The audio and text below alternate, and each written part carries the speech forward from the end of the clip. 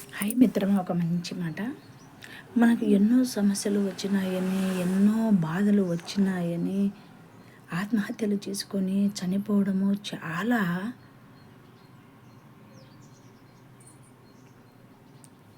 సంఘటన మిత్రమా. ఎందుకంటే మనం ఆత్మహత్య చేసుకొని చనిపోతే మనం అక్కడ దేవుని దగ్గరికి వెళ్ళలేక పైకి పోలేము మిత్రమా.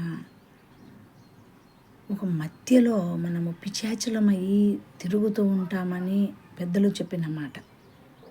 అటు పోలేక ఇటు కింద ఉండలేక మన ఆత్మ కొట్టుకులాడుతూ ఉంటుందట. కాబట్టి ఎవరైనా సరే ఎన్ని బాధలు వచ్చినా కూడా ఆత్మహత్యకు పూనుకోవద్దు మిత్రమా. ధైర్యంగా బతకాలి. దేవుడు మనల్ని ప్రాణంగా నిలబెట్టాడు. ప్రాణం లేనళ్ళు చచ్చి పుట్టి ఎమ్మడిపోతూ ఉంటారు, కానీ యాక్సిడెంట్లు అయిపోతూ ఉంటారు. ఎందుకు మిత్రమా? మన బాధలన్నీ అనగదొక్కుని మనం సాధించినప్పుడే మనము నొగ్గగలము. మన టైం రేపు రేపు రేపు అనేది మన కాలం వస్తుందేమో మిత్రమా. మన కాల విలువకు మనము వేచి ఉండాలి మిత్రమా. అందుకు ఎవరమే కానీ ఎన్ని బాధలు వచ్చినా ఎన్ని సమస్యలు వచ్చినా నిలదొక్కున్నవాడే గొప్పవాడు మిత్రమా. దేవుడు మనల్ని బతకమని ఇచ్చాడు, కానీ కుంటి గుడ్డి మూగ వాళ్ళను చూసి మనము చాలా బాధపడుతూ ఉంటాము.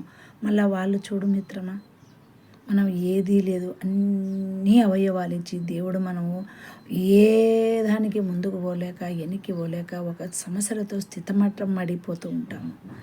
వద్దు మిత్రమా. దేవుడు మనల్ని బ్రతుకు జీవుడా అని వరం ఇచ్చాడు.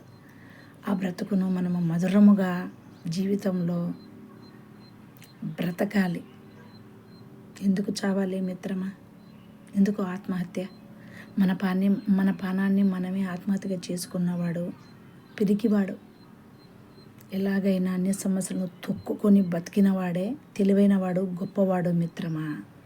కాబట్టి ఎవరైనా ఆత్మహత్యకు చేసుకోకూడదు మిత్రమా. చనిపోయి ఏమి సాధిస్తావో మిత్రమా? బ్రతికి సాధి మిత్రమా. ఈరోజు ఓడావు, రేపు గెలుస్తావు, అంతే కదా. ఆ టైం కోసం ఎదురు చూచి సంతోషంగా ఆనందంగా బ్రతుకు మిత్రమా.